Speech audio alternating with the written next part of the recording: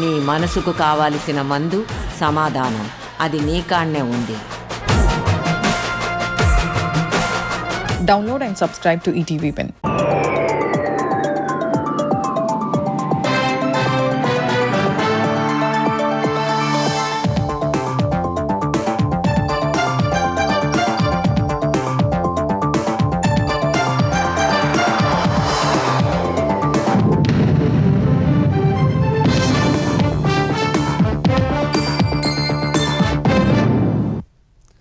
నమస్కారం, ఈటీవీ న్యూస్కు స్వాగతం. ముందుగా ముఖ్యాంశాలు. మూసీ సుందరీకరణలో దాపరికాలు లేవన్న రేవంత్. మరో ఏడాదిలో డిపిఆర్ సిద్ధమవుతుందని వెల్లడి, తర్వాతే అంచనాలు తెలుస్తాయని స్పష్టీకరణ.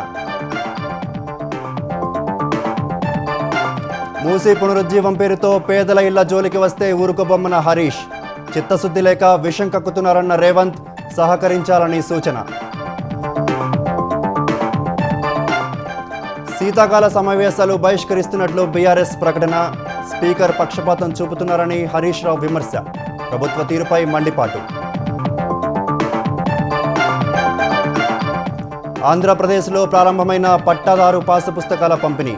గ్రామ సభల ద్వారా రైతులకు అందజేస్తున్న ప్రజాప్రతినిధులు, అధికారులు.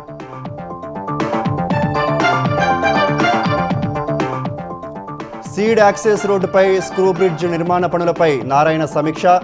ఈ నెలాఖరులోపు పూర్తి చేయాలని గుత్తేదారుకు మంత్రి ఆదేశాలు. శరవేగంగా సాగుతున్న ముంబై అహ్మదాబాద్ బుల్లెట్ రైలు పనులు. లైన్లో మరో సొరంగం తవ్వకాన్ని వీక్షించిన రైల్వే మంత్రి అశ్విని వైష్ణవ్.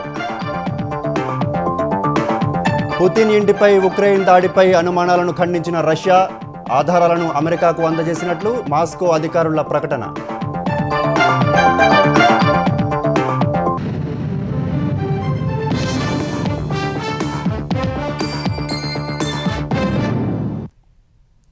మూసీలో ఏడాదంతా నీళ్లు ప్రవహించేలా ప్రణాళికలు చేశామని ముఖ్యమంత్రి రేవంత్ రెడ్డి చెప్పారు. మూసీ సుందరీకరణ ప్రాజెక్టులో ఎలాంటి దాపరికాలు లేవని, మరో ఏడాదిలోగా డిపిఆర్ సిద్ధమవుతుందని తెలిపారు. ప్రాజెక్టుకు సంబంధించి ఎలాంటి అనుమానాలు ఉన్నా విపక్షాలకు వివరణ ఇస్తామని, సూచనలు చేయాలని విజ్ఞప్తి చేశారు. మన నగరాన్ని మనమే అభివృద్ధి చేసుకుందామని సీఎం పిలుపునిచ్చారు. తెలంగాణ అసెంబ్లీ సమావేశాల్లో ప్రశ్నోత్తరాల సందర్భంగా మూసీ అభివృద్ధి ప్రాజెక్టుపై అధికార ప్రతిపక్షాల మధ్య వాడి వేడి చర్చ జరిగింది. మూసీ అభివృద్ధి ప్రాజెక్టుకు సంబంధించి పూర్తి వివరాలను ఐటీ పరిశ్రమల శాఖ మంత్రి శ్రీధర్ బాబు సభలో వివరించారు. మూసీ అభివృద్ధి ప్రాజెక్టును ఎంఆర్డీసీఎల్ చేపడుతుందని, ప్రణాళిక, విశ్లేషణ, డిజైన్పై 18 నెలల్లో డిపిఆర్ సమర్పిస్తుందని మంత్రి వెల్లడించారు. ఈ ప్రాజెక్టు కోసం ఎంత ఖర్చు చేస్తున్నారో చెప్పాలని BRS deputy floor leader Harish Rao demand చేశారు. మూసీ పునరుజ్జీవం పేరిట పేదల ఇళ్ల జోలికి వస్తే బీఆర్ఎస్ ఊరుకోబోదని హెచ్చరించారు. అసలు ఈ మూసీ మోడర్నైజేషన్ ప్రాజెక్టుకు ఎంత ఖర్చు అవుతుంది? ఒకసారి ముఖ్యమంత్రి గారు 1,00,000 కోట్లు ఖర్చు పెడుతున్నామన్నారు, ఒకసారి 1,50,000 కోట్లు ఖర్చు పెడతామని డిఫరెంట్ టైమ్స్ లో డిఫరెంట్ స్టేట్మెంట్స్ వచ్చాయి. అసలు ఈ మూసీ ప్రాజెక్టు సుందరీకరణ మీద రాష్ట్ర ప్రభుత్వం ఎంత ఖర్చు పెట్టాలనుకుంటుంది? ఇప్పటి వరకు మూసీ సుందరీకరణలో ఎన్ని నివాసాలు కూల్చివేశారు? ఇంకా మీరు ఐడెంటిఫై చేసి కూల్చవలసిన ప్రభుత్వ ప్రైవేటు ఇల్లు ఎంత భూమి ప్రభుత్వ ప్రైవేట్ సేకరిస్తున్నారు? సమాధానం చెప్పండి. చివరిగా మేము చెప్పేది, మీరు పేదవాళ్ళ ఇల్లుకి రాకండి. ఖాళీ స్థలాలు ఉన్నాయి, మీరు ఖాళీ స్థలాల్లో దాన్ని డెవలప్ చేయండి. మూసీలోకి గోదావరి నీళ్లు తేండి, మురికి నీరు లేకుండా చూడండి. కానీ మూసీ పేరిట పేదల ఇల్లు కూలిస్తే మాత్రం బీఆర్ఎస్ పార్టీ ఎంత మాత్రం ఒప్పుకోదని మీ ద్వారా ప్రభుత్వాన్ని తెలియజేస్తుంది. ప్రతిపక్షాల ప్రశ్నలకు సమాధానమిచ్చిన సీఎం రేవంత్ రెడ్డి మూసీలో ఏడాదంతా నీళ్లు ప్రవహించేలా ప్రణాళికలు చేసినట్లు చెప్పారు. 3 సంస్థలు జాయింట్ వెంచర్ కింద మూసీ పునరుద్ధరణ చేపట్టాయని, గోదావరి నుంచి 20 టీఎంసీలు నగరానికి తరలించాలని ప్రణాళిక చేసినట్లు తెలిపారు. మార్చి 31లోగా టెండర్లు పూర్తి చేసి మొదటి దశ చేపట్టాలని యోచిస్తున్నట్లు వెల్లడించారు. నదీ పరివాహక ప్రాంతాల్లో సుందరీకరణపై లండన్, జపాన్, జర్మనీ, దక్షిణ కొరియా, సింగపూర్లలో అధ్యయనం చేశామని చెప్పారు. ప్రపంచ స్థాయి నగరాల్లో నదీ పరివాహక ప్రాంతాలను కాపాడుకొని వ్యాపార కేంద్రాలుగా మార్చారని గుర్తు చేశారు. గుజరాత్లో సబర్మతి నది అభివృద్ధి కోసం 60,000 కుటుంబాలను తరలించారని, యూపీలో గంగా నదిని ప్రక్షాళన చేసి రివర్ ఫ్రంట్ ఏర్పాటు చేశారని రేవంత్ రెడ్డి అన్నారు. ఆయా రాష్ట్రాల్లో నదుల ప్రక్షాళనను ఎవరూ వ్యతిరేకించడం లేదని సీఎం చెప్పారు. పేదలకు మంచి జరగాలనే ఎన్ని విమర్శలు వచ్చినా వెనక్కి తగ్గడం లేదని వెల్లడించారు. ఎట్టి పరిస్థితుల మూసీ నది ప్రక్షాళన చెయ్యవలసిందే. సంవత్సరానికి 365 రోజులు మూసీ నదిలో నీళ్లు ప్రవహించాల్సిందే అని ప్రణాళికలు సిద్ధం చేయాలని చెప్పి అధికారులను పిలిస్తే, అధికారులు మన స్థాయిలోనే కాదు ప్రపంచ స్థాయిలో అనుభవం ఉన్న కన్సల్టెంట్స్ ఉంటే మనకి ఈజీ అవుద్ది. వాళ్ళు ఇచ్చే నివేదికలు, అంచనాలు, సూచనలు మనకు ఉపయోగపడతాయని చెప్పి గ్లోబల్ టెండర్ పిలిచిన అధ్యక్ష కన్సల్టెంట్ కోసం. ఫస్ట్ ఫేజ్ ఉస్మాన్ సాగర్ నుంచి బాపు ఘాట్, హిమాయత్ సాగర్ నుంచి బాపు ఘాట్, ఈ రెండు ఇక్కడికి వచ్చి కలిసి బాపు ఘాట్ దగ్గర గాంధీ సరోవర్ మనం నిర్మించదలుచుకున్నాం అధ్యక్ష. ఇది 21 కిలోమీటర్లు. గండిపేట పైన వికారాబాద్కి ఇంకా ప్రణాళికలు సిద్ధమవుతున్నాయి అధ్యక్ష. వీటికి నీళ్ల కోసము గోదావరి జలాలను 20 టీఎంసీలను తరలించాలి. 20 టీఎంసీలు తీసుకొచ్చి 15 టీఎంసీలు హైదరాబాద్ నగర దాహార్తిని తీర్చాలి. 5 టీఎంసీలు గండిపేటలో వదిలి శాశ్వతంగా ఈ నీటి సమస్యను పరిష్కరించాలి అని చెప్పి రోజు ప్రణాళికలు సిద్ధం చేయడమే కాకుండా 7,000 కోట్ల రూపాయలతోని గోదావరి నదీ జలాలను ఈ రోజు తరలించుకొచ్చి మూసీ నది, ఈసీ నదిలో వదిలి ఈ రోజు 3 నదుల యొక్క సంగమం చేసి ఈ రోజు అభివృద్ధి కార్యక్రమాన్ని ముందుకు తీసుకెళ్లాలని పనులు ప్రారంభించిన అధ్యక్ష. నాకు తెలిసి గోదావరి నదీ జలాలు రాబోయే 2 సంవత్సరాల లోపలనే మనము గండిపేటకు నీళ్లు తరలించుకొని వస్తాం అధ్యక్ష. గండిపేట నుంచి గౌరేలి వరకు 55 కిలోమీటర్ల మేర ఎలివేటెడ్ కారిడార్ను నిర్మించనున్నట్లు సీఎం చెప్పారు. నార్సింగి, బాపుఘాట్, చార్మినార్, చాదర్ఘాట్, నాగోల్ వద్ద జంక్షన్లు ఏర్పాటు చేసి ప్రతి జంక్షన్లో ట్రంపెట్ల ద్వారా ఓఆర్ఆర్ నుంచి సిటీలోకి వచ్చేలా చర్యలు తీసుకుంటామన్నారు. ఓల్డ్ సిటీని ఒరిజినల్ సిటీగా, ప్రపంచంలోనే గొప్ప నగరంగా తీర్చిదిద్దుతామన్నారు. ఇందుకు సంబంధించి డిపిఆర్ సిద్ధమైన తర్వాతే ఎంత ఖర్చు చేస్తామనే అంశంపై స్పష్టత వస్తుందని సీఎం వివరించారు. నేను హైదరాబాద్ నగరంలో 5 ఏళ్లలో 150,000 కోట్లు ఖర్చు పెడతాం, మూసీ నది ప్రక్షాళన చేస్తామంటే 150,000 కోట్లు కాంట్రాక్ట్ ఇచ్చేసారు. రేవంత్ రెడ్డి 25,000 కోట్లు తినేసిండని మాట్లాడుతున్నారు అధ్యక్ష. ఎంతసేపు వాళ్ళు ఎట్లనో మిగతా కూడా అట్లనే అనుకుంటారు అధ్యక్ష. కాంట్రాక్ట్లు ఇచ్చుడు, కమిషన్లు కొట్టుడు, లిఫ్టులు పంపులు పెట్టుడు, ఇండ్ల కనకవర్షం కురిపించుకున్నాడు, పోయి జన్వాడల్లో లేకపోతే మొయినాబాద్లో ఫామ్ హౌస్లు కట్టుకున్నాడు. ఇంతకు తప్ప మీరు చేసింది ఏంటుంది? ఈ రోజుకు కన్సల్టెంట్స్ డీటెయిల్ ప్రాజెక్టు రిపోర్ట్ ఇచ్చే వరకు అంచనాలు మేము చెప్పలేము. మేము మంచి పని చేయడానికి నిర్ణయించుకున్నాము. మీ సూచనలు, సలహాలు ఇవ్వండి. డిపిఆర్ రెడీ అయిన తర్వాత అందరు ఎమ్మెల్యేలను పిలిచి, ఫ్లోర్ లీడర్లను పిలిచి పవర్ పాయింట్ ప్రజెంటేషన్ పెడతాను. మీరు చూడండి, మీరు సూచన ఇవ్వండి. నా సూచన ఒకటే, ఈ కడుపులో విషయాన్ని కొంచెం తగ్గించుకోండి. ఒకవేళ మందు లేకపోతే వికారాబాద్ లో ఎట్లా తెలుసు కదా, వికారాబాద్ హవా మరీజోं का दवा, ये मरीज लोगों को ले जाके विकाराबाद में शरीक करवा दो अध्यक्ष साहब, सुधर जाएंगे लोग. नहीं है तो नहीं सुधरने वाले. पेट भर पूरा भर गए. గతంలో జలవనరులను కాపాడుకునే ప్రయత్నాలు జరగలేదని బీఆర్ఎస్పై విమర్శలు గుప్పించిన సీఎం హైదరాబాద్లో మురుగు కాలువలను మూసీకి కలిపి కలుషితం చేశారని మండిపడ్డారు. రేవంత్ రెడ్డి రియల్ ఎస్టేట్ బ్రోకర్గా మారారన్న విమర్శలను తిప్పికొట్టిన సీఎం రియల్ ఎస్టేట్ అభివృద్ధి చేసి వసతులు కల్పించడం ప్రభుత్వ బాధ్యత అని వివరించారు. మా మిత్రులు పాయల్ శంకర్ గారు అడిగారు, ఇది ఉత్త నీళ్ళే తీసుకొస్తారా, దీన్ని వ్యాపార కేంద్రంగా చేస్తారా? కొంతమంది ఏమో Revanth Reddy real estate broker గా మారాడు, రేవంత్ రెడ్డి రియల్ ఎస్టేట్ చేస్తాడని. రియల్ ఎస్టేట్ ఒక ఇండస్ట్రీని ప్రమోట్ చేసి ఇండస్ట్రీకి అవసరమైన వసతులు కల్పించడం అనేది ప్రభుత్వం యొక్క బాధ్యత. ఈ నగరం రియల్ ఎస్టేట్ విస్తరిస్తే పెట్టుబడులు వస్తాయి, పరిశ్రమలు వస్తే ఉద్యోగ ఉపాధి అవకాశాలు వస్తాయి. ఈ రోజు ఎకానమీని మనం పెంచుకోవాలంటే, ఆర్థిక వ్యవస్థ బలోపేతం కావాలంటే దానికి తగ్గట్టుగా మనం నగరాలను అభివృద్ధి చేసుకోవాలి.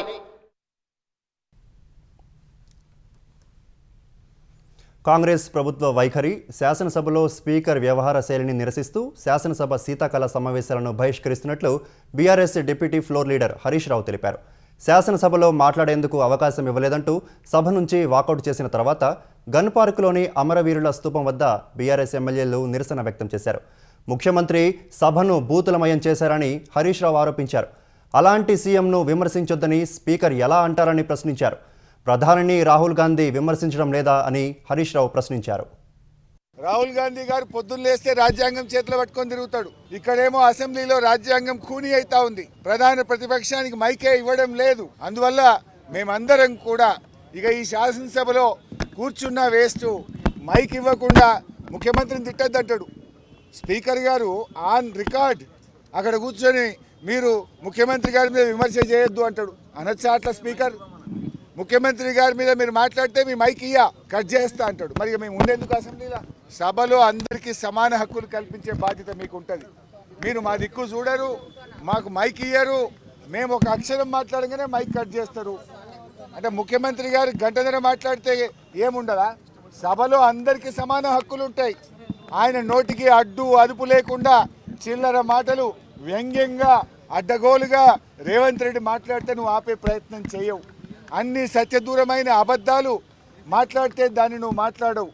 ఇవాళ ఈ ప్రభుత్వం యొక్క తీరును, శాసనసభ నడుస్తున్నటువంటి తీరు, స్పీకర్ గారి వ్యవహార శైలి ఇలా చాలా దారుణంగా ప్రజాస్వామ్య విలువలు పడిపోయే విధంగా ఉన్నాయి. మా గొంతు నొక్కుతా ఉన్నారు, మాకు మైకు ఇవ్వడం లేదు. సభలో ఏకపక్షంగా నడుపుతున్నటువంటి తీరుకు నిరసనగా, ఈ ప్రభుత్వానికి వైఖరికి, స్పీకర్ గారి వైఖరికి నిరసనగా ఈ శాసనసభ సమావేశాలను బీఆర్ఎస్ పార్టీ బాయ్కాట్ చేస్తుంది. అంతకుముందు కడుపులో విషం నింపుకున్నారంటూ సీఎం రేవంత్ రెడ్డి తమపై చేసిన విమర్శలకు బదులిచ్చేందుకు స్పీకర్ అవకాశం ఇవ్వలేదంటూ బీఆర్ఎస్ సభ్యులు శాసనసభ నుంచి వాకౌట్ చేశారు. శాసనసభలో మాట్లాడటానికి, నిరసనకు తెలిపేందుకు తమకు అవకాశం ఇవ్వలేదని నిరసన తెలిపారు. స్పీకర్ పక్షపాతంతో వ్యవహరిస్తున్నారని బీఆర్ఎస్ సభ్యులు నినాదాలు చేశారు. ముఖ్యమంత్రి గారి మీద ఇక్కడ నుంచి ఎవరైనా గాని వారిని కించపరిచినట్టు మాట్లాడిన విషయం ఏమన్నా ఉన్నదా మీరు చెప్పాలి, లేదంటే శ్రీధర్ బాబు గారు చెప్పాలి. మేము అనుకుంటేనే మేము మధ్యలో లేచింది క్వశ్చన్ అవర్ ఇన్ని గంటల పాటు ఎందుకు షార్ట్ డిస్కషన్ పెట్టాలనేటువంటిది మేము అడిగినాం. ఆ విషయం చెప్తుంటే వారి ఆవేశంతో మీ కడుపుల విషయం ఉంది, మిమ్మల్ని తీసుకుపోయి అనంతగిరి హాస్పిటల్ మినిస్టర్ గారు ముఖ్యమంత్రి గారు ప్రస్తావన చేస్తున్నప్పుడు ఎవరి పేర్లు తీయలేదు అధ్యక్ష. ఎవరికైతే మూసీ నది ప్రక్షాళన చేస్తా ఉన్నప్పుడు ఇష్టం లేని వారి గురించి మాట్లాడారు. మీకు అందరికి ఇష్టమే ఉంది కదా, కాదు సార్, మీ పేర్లు తీయలేదు కదా సార్. తీయనప్పుడు వారిపైన ఎందుకు భుజాన వేసుకుంటారు అధ్యక్ష? ముఖ్యమంత్రి గారు అన్నది జనరల్ గా ఎవరికైతే ఈ మూసీ నది ప్రక్షాళన విషయంలో ఆసక్తి లేదో వారు ఈ విధంగా స్పందిస్తా ఉన్నారా అంటున్నారు. మీరు ఆ విధంగా స్పందిస్తే మీకు వస్తుంది, లేకుంటే కాదు. మిమ్మల్ని ఎవరిని కూడా ఏమనలేదు. మేము అడిగిన ప్రశ్నలకు ఒక్కదానికి క్లారిఫికేషన్ లేదు. ఇది పూర్తిగా ప్రధాన ప్రతిపక్షం గొంతు నొక్కడం కాదు సార్. మాకెందుకు ప్రొటెస్ట్ చేయడానికి మైక్ ఇయ్యరు? క్వశ్చన్ అవర్ లో ప్రొటెస్ట్ అనేటువంటిది ఆ పార్టీ యొక్క హక్కు సార్. మీరు మా దిక్కే చూడరు, మాకు మైక్ ఇవ్వడం అనేది కరెక్ట్ కాదు. ముఖ్యమంత్రి గారు మాట్లాడుతూ ఏం మాట్లాడింది సార్? ఇప్పుడు ఆయన మాటలు అసలు మూసీ కంపు కంటే ముఖ్యమంత్రి గారి మాటల కంపు ఎక్కువ ఉన్నది సార్. అది వినడం చాలా కష్టం. క్వశ్చన్ కు సంబంధించి మాట్లాడుతా అంటే మీకు మైక్ ఇస్తాను. మీరు ముఖ్యమంత్రిని విమర్శిస్తా అంటే నేను మైక్ ఇవ్వను సార్. ముఖ్యమంత్రి అడ్డగోలు మాట్లాడితే మీరు ఆపరా? గౌరవ శాసనసభ్యులుగా ఉన్నటువంటి హరీష్ రావు గారు గౌరవ ముఖ్యమంత్రి గారిపై చేసినటువంటి వ్యాఖ్యలను వారు విత్డ్రా చేసుకోవాలి, లేదంటే మీరు రికార్డు నుంచి తొలగించవలసిందిగా నేను కోరుతా ఉన్నాను. కృష్ణా గోదావరి నదీ జలాల్లో వాటాను సాధించడంలో విఫలమైన మాజీ సీఎం కేసీఆర్ను ఉరితీయాలంటూ వ్యాఖ్యానించిన ముఖ్యమంత్రి రేవంత్ రెడ్డిపై ఎమ్మెల్సీ కవిత మండిపడ్డారు. ఉద్యమకారుడిని ఉరితీయాలని అంటే రక్తం మరుగుతోందన్న ఆమె రేవంత్ రెడ్డినే 2 సార్లు ఉరేయాలని వ్యాఖ్యానించారు. ఎమ్మెల్సీ పదవికి తాను చేసిన రాజీనామాను ఆమోదింపజేసుకోవడం కోసం శాసన మండలికి వచ్చిన కవిత కృష్ణా జలాలపై అసెంబ్లీలో మాట్లాడి అధికార పార్టీ నేతల నోరు మూయించాలని కేసీఆర్ను కోరారు. లేదంటే బీఆర్ఎస్ మనుగడే కష్టమవుతుందన్నారు.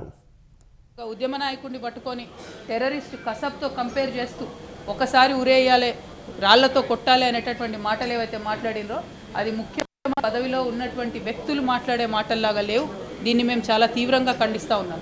కేసీఆర్ గారు బిడ్డగా రేవంత్ రెడ్డి గారు అట్లాంటి మాటలు మాట్లాడుతూ ఉంటే నా రక్తం మరిగిపోతూ ఉన్నది. ఎందుకోసం అంటే చేసినటువంటి ఉద్యమం, చేసినటువంటి త్యాగం, వచ్చినటువంటి రాష్ట్రం డెఫినెట్గా కేసీఆర్ గారి ఉద్యమ ఫలితమే. మరి వాళ్ళు అదే రాష్ట్రానికి ముఖ్యమంత్రి అయినటువంటి వ్యక్తి కేసీఆర్ గారి చిత్తశుద్ధిని శంకిస్తూ ఉంటే నేను రిక్వెస్ట్ చేస్తూ ఉన్నాను, కేసీఆర్ గారే డైరెక్ట్గా హౌస్కి వచ్చి మరి ఇటువంటి ఆరోపణలు చేసేటటువంటి వాళ్ళ నోర్లన్నీ మూతపడేలాగా చేయాలి. ఎందుకంటే సోర్స్ జూరాల నుంచి శ్రీశైలం ఎందుకు మార్చిరు అనేది కేసీఆర్ గారికే బాగా తెలిసి ఉంటుంది. అట్లా కాకుండా ఈ బబుల్ షూటర్స్గా చెప్పుకునేటటువంటి వాళ్లకు డిప్యూటీ ఫ్లోర్ లీడర్ పదవులు ఇచ్చి మరి వారితోని జవాబు చెప్పిద్దామంటే ప్రజలకైతే విషయం అర్థం కాదు, మ్యాటర్ పోదు. మరి బబుల్ షూటర్ల వల్లనే ఈ ట్రబుల్ అంతా వచ్చింది. మరి అసెంబ్లీకి కేసీఆర్ గారు రాకపోతే మాత్రం బీఆర్ఎస్ పార్టీని ఆ భగవంతుడు కూడా కాపాడలేడు. తెలంగాణలో యూరియా కొరత, రైతుల ఇక్కట్లపై బీఆర్ఎస్ శాసనసభలో ఆందోళనకు దిగింది.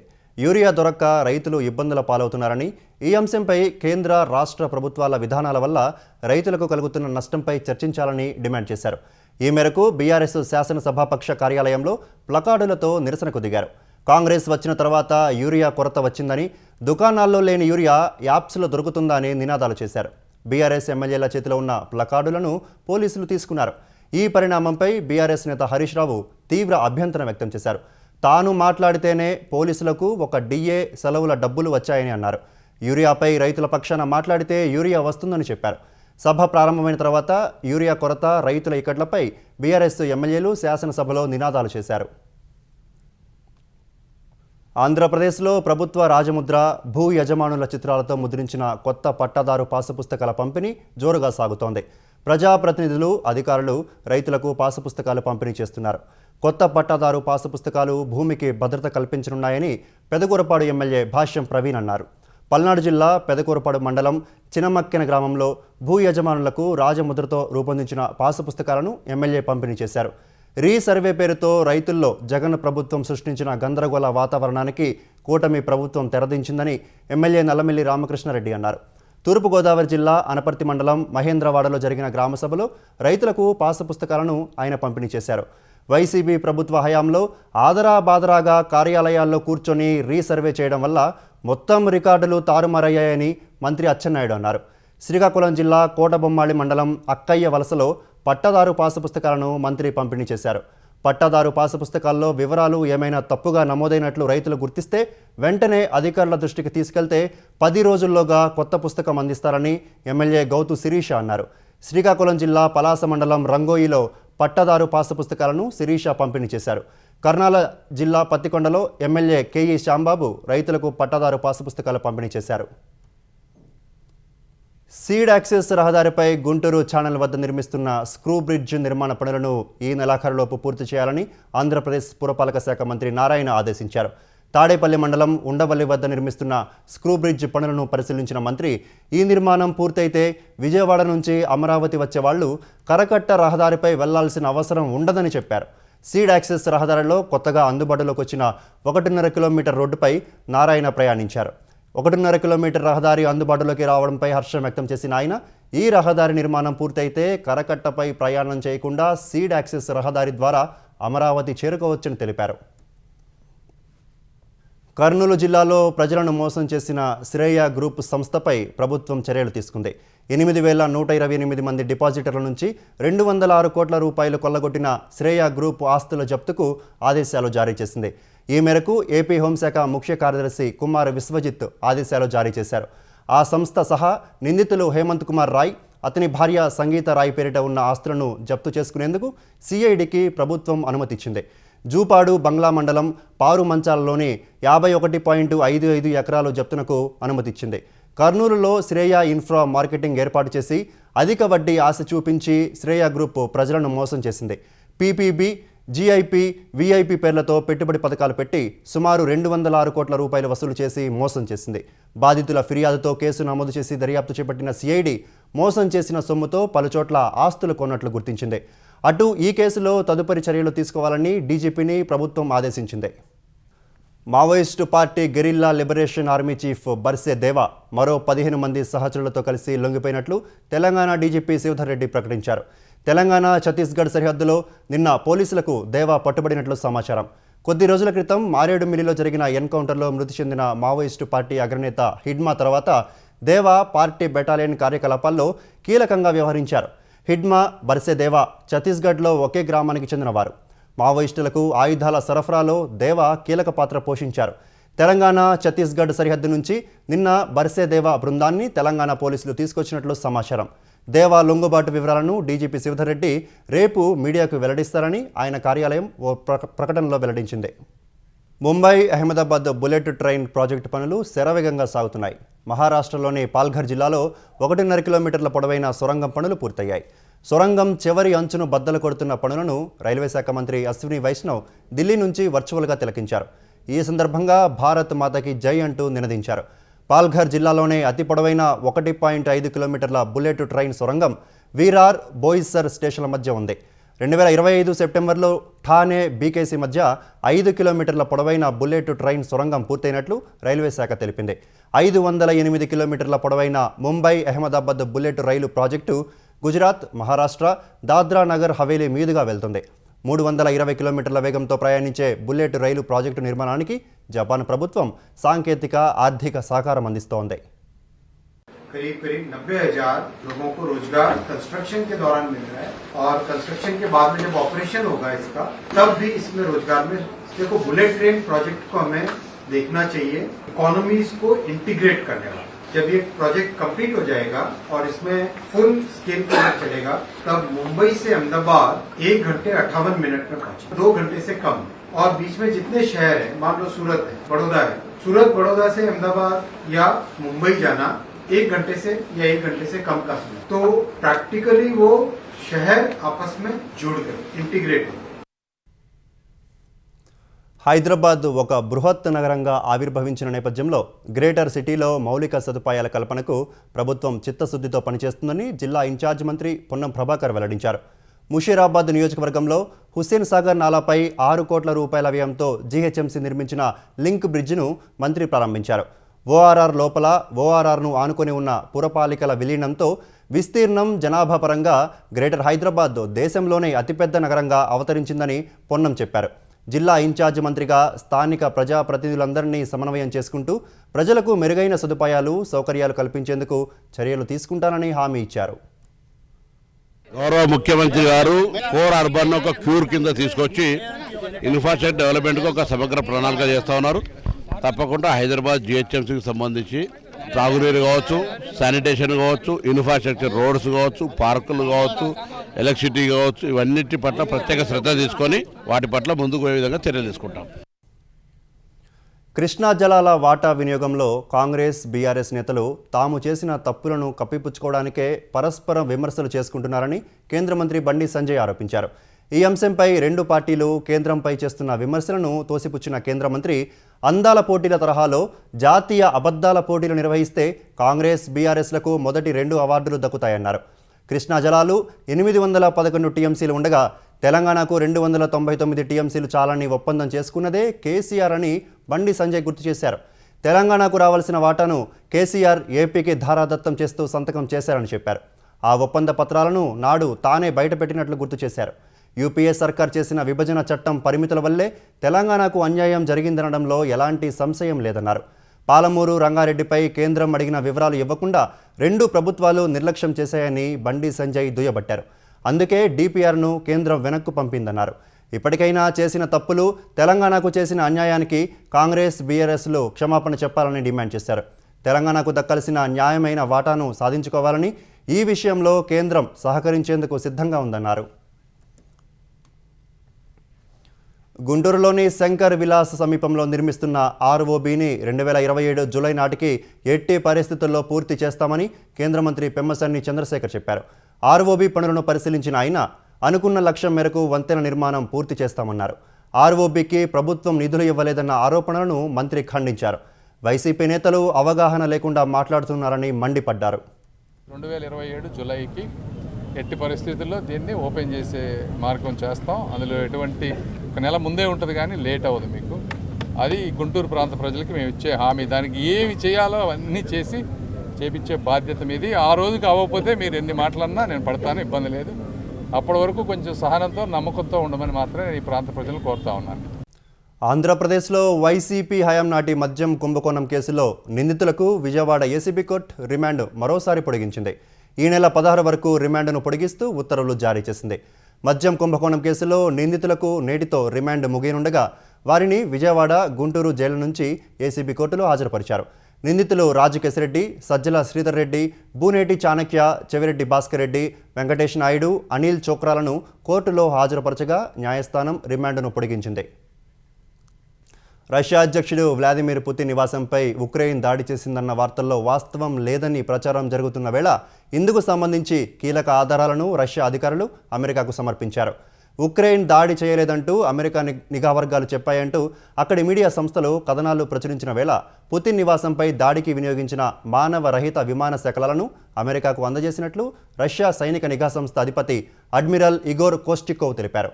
రష్యా డిఫెన్స్ వ్యవస్థ కూల్చిన అనేక డ్రోన్లలోని నావిగేషన్ వ్యవస్థలు చెక్కు చెదరకుండా ఉన్నాయని చెప్పారు. వాటిని తమ ప్రత్యేక నిపుణులతో పరీక్షించగా డ్రోన్ల దాడి లక్ష్యం నోవ్ గొరెడ్ ప్రాంతంలోని పుతిన్ నివాసమేనని తేలినట్లు పేర్కొన్నారు. ఇందుకు సంబంధించిన వివరాలను అమెరికాకు అప్పగించినట్లు కోస్టికోవ్ తెలిపారు. America veteran badminton star Venus Williams 5 ఏళ్ల తర్వాత మళ్లీ గ్రాండ్ స్లామ్ టోర్నీలో బరిలోకి దిగుతోంది. ఈ నెల 18 నుంచి జరిగే ఆస్ట్రేలియా ఓపెన్లో ఆడనుంది. ఆమెకు వైల్డ్ కార్డు ఎంట్రీ లభించింది. 7 గ్రాండ్ స్లామ్ సింగిల్స్ టైటిల్స్ గెలిచిన వీనస్ డెన్మార్క్కు చెందిన మోడల్, యాక్టర్ ఆండ్రియా ప్రెటీని పెళ్లాడింది. ఇప్పుడు పునరాగమనంతో మెయిన్ డ్రాలో తలపడనున్న పెద్ద వయస్కురాలిగా 46 ఏళ్ల వీనస్ నిలవనుంది. ఆస్ట్రేలియా ఓపెన్లో పునరాగమనం సంతోషంగా ఉందని వీనస్ విలియమ్స్ పేర్కొంది. 1998లో ఈ టోర్నమెంట్లో అరంగేట్రం చేసిన వీనస్ 2 సార్లు సింగిల్స్ ఫైనల్కు చేరింది. 2003, 2017లో తన చెల్లెలు సెరెనా విలియమ్స్ చేతిలోనే తుది పోరులో ఓడింది. ఈటీవీ న్యూస్ సమాప్తం. నమస్కారం.